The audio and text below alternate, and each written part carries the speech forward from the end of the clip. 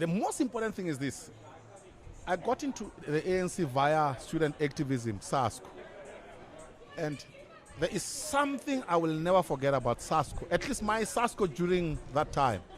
They taught us to think critically. It is one of those organs of the ANC that encourage critical thinking. The other was the South African Communist Party, used to encourage critical thinking.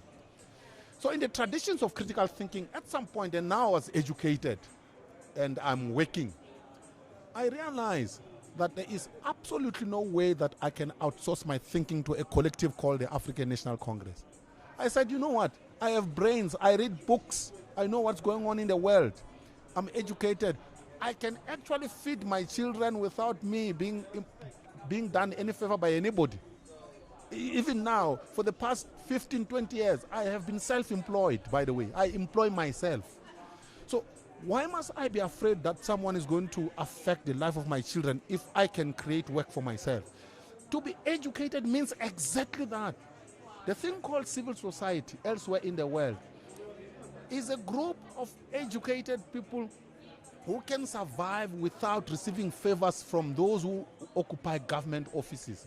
So I foresaw this thing long time ago. I said, I don't want to depend on this bunch. So I exited that space, number one. Number two, as a student of history, that is world history plus South African history, I knew when I took that decision to be critical and speak open, that actually I lived in a better society compared to the society that Mandela and them lived in. I mean, during apartheid, if you uttered a critical statement against or about the National Party at the time, you would be arrested that evening, or killed that evening, or go to jail that evening. But under democracy, no, it doesn't happen that way. If you kill me, you will be investigated, and chances are you'll end up in jail if you came to kill me.